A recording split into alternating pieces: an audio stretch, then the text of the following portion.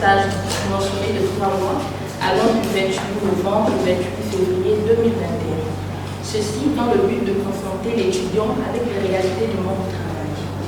C'est dans ce contexte que vous avez effectué un stage au centre hospitalier régional de Mélène, au service de gynécologie. Au cours de ce stage, nous nous sommes intéressés à l'évaluation du suivi prénatal. Dans cette période d'études, nous avons enregistré 700 femmes. L'âge de ces femmes allait de 14 à 45 ans. Et ici, nous pouvons voir que la tranche de 19 à 35 ans était la plus représentée. Plusieurs d'entre elles étaient sans emploi avec une proportion de 64,3%.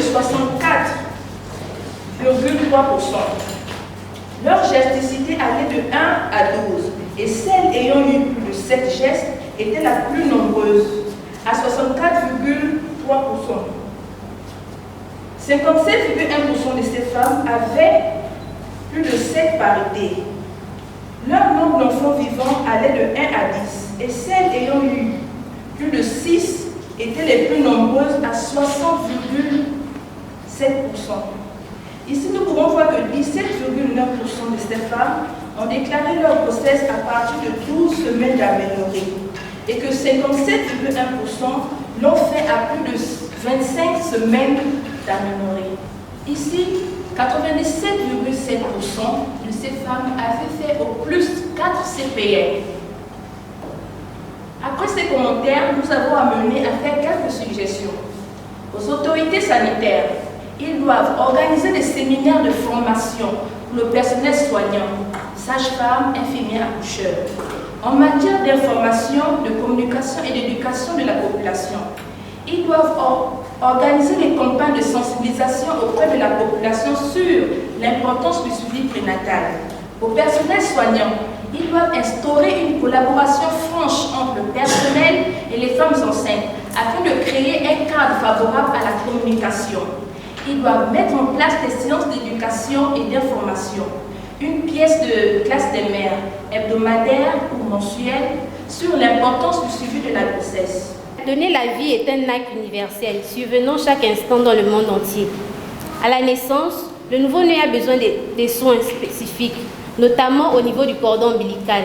Sectionné, il laisse place à un moignon qui nécessite des soins adéquats afin de garantir une bonne évolution. Au cours de notre stage, nous avons constaté que le personnel soignant respectait les normes de l'Organisation mondiale de la santé par rapport aux soins du cordon ombilical. Le Dakin Cooper en solution liquide est généralement administré aux crèmes. Néanmoins, nous avons également constaté que les parturientes de retour à domicile avaient du mal à respecter les consignes du personnel soignant, prétextant connaître d'autres méthodes dites traditionnelles pour accélérer la cicatrisation du cordon ombilical. L'objectif principal de notre étude était de contribuer au bon déroulement des soins essentiels du nouveau-né. Au terme de notre analyse, il convient de souligner que le cordon ombilical est un annexe embryonnaire très sensible, car il peut être une voie d'entrée pour les bactéries, si lors des soins, il n'y a pas de mesure d'asepsie. La portée de notre thème nous amène à comprendre les différentes pratiques quotidiennes des soins du cordon ombilical, à la fois au milieu hospitalier qu'au domicile des parturientes. Il va permettre de sensibiliser les femmes sur les différents dangers que peut encourir le nouveau-né si les soins sont effectués de façon artisanale. Pour mademoiselle Anne Corrèze-Mouélé, encore une fois, félicitations. Félicitations parce que vous avez choisi un thème qui nous tient, nous tous, aussi à cœur. Comme disait le professeur Cuissy, je souhaitais assez qu'on aille même au-delà avec une thèse de médecine. Montrer aux yeux des Gabonais, des Gabonaises, que faire le métier de sage-femme est un sacerdoce. Rendez à ce métier-là ses lettres de noblesse. Il y en a qui ne savent pas ce que vous endurez tous les jours. Mais il faut voir les critiques. Quand je suis allé à l'hôpital, malgré les difficultés, occupez-vous de celle qui vient vers vous, qui, entre guillemets, est la cliente pour les autres, mais c'est la patiente pour vous. J'ai élaboré un thème sur les connaissances du soin du cordon ombilical chez les personnels soignants et chez les parturientes. J'ai élaboré ce thème parce que je me suis rendu compte tout au long de mon stage que les parturientes à domicile ne mettaient pas en pratique les recommandations de l'OMS. Et pour cela, j'ai trouvé favorable de présenter ce thème. Et par rapport à cela aussi, il y a eu une nuance dans les soins du cordon ombilical faits par certaines sages-femmes. D'autres utilisaient de la compresse stérile imbibée de daquin et d'autres aussi de l'eau imbibée de daquin. D'où vient vraiment l'implication de ce thème. Par rapport à la note, j'ai été satisfaite car c'est le fruit de mon travail, le fruit d'un dur labeur, le fruit des nuits blanches. Et je remercie le professeur Ngungu, je remercie le professeur Cuissi, je remercie mon papa, monsieur Mouélé Rodrigue. Je remercie surtout ma défunte maman, car c'est elle qui a permis que je sois aujourd'hui là, présent avec vous. Mais entre-temps, je préfère d'abord commencer un stage en attendant les affectations de la fonction publique. Je recommande à toute étudiante de venir à notre école, car ici nous avons des enseignants de qualité. Nous avons des mêmes enseignants que ceux de l'US et les enseignements sont les mêmes, les cours sont les mêmes. L'école est ouverte à tout le monde. Le thème de ma soutenance était l'évaluation du suivi prénatal au centre hospitalier régional Est-Mélène. Après délibération, j'ai eu la note de 16 sur 20. Pourquoi le choix de ce thème? Au cours de mon stage au centre hospitalier de Mélène et pendant le stage, pendant mon enquête, je me suis rendu compte que les femmes déclarer leur grossesse tardivement, tout l'inverse des recommandations de l'OMS, qui dit que la première CPN devrait débuter dès la 12e, voire la 13e semaine d'aménorrhée. Les choses qui n'étaient pas le cas. Je veux continuer les études parce que j'envisage être sage-femme échographe. EM Gabon est une grande université qui englobe plusieurs écoles, telles que l'école de santé de Libreville, Business School et autres encore.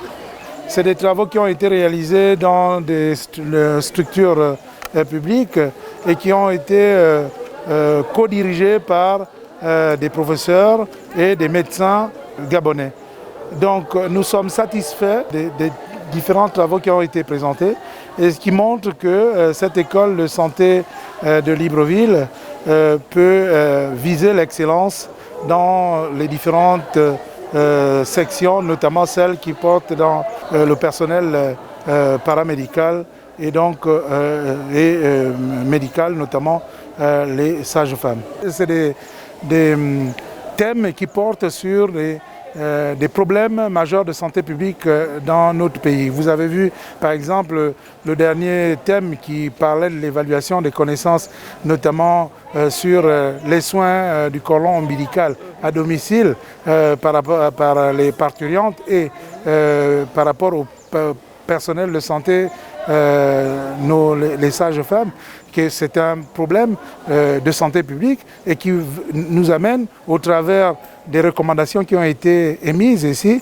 de sensibiliser et de mettre un pied dans ce problème-là pour amener certaines parturiantes à comprendre le bien fondé de la médecine conventionnelle, des soins qui sont prodigués par les professionnels de santé et les éléments qui doivent accompagner leur sortie pour le bien du nouveau-né. Quand on parle de l'excellence, je pense que le choix est fait pour que les différentes structures, qu'elles soient privées ou publiques, puissent accompagner correctement les différents étudiants au niveau du Gabon.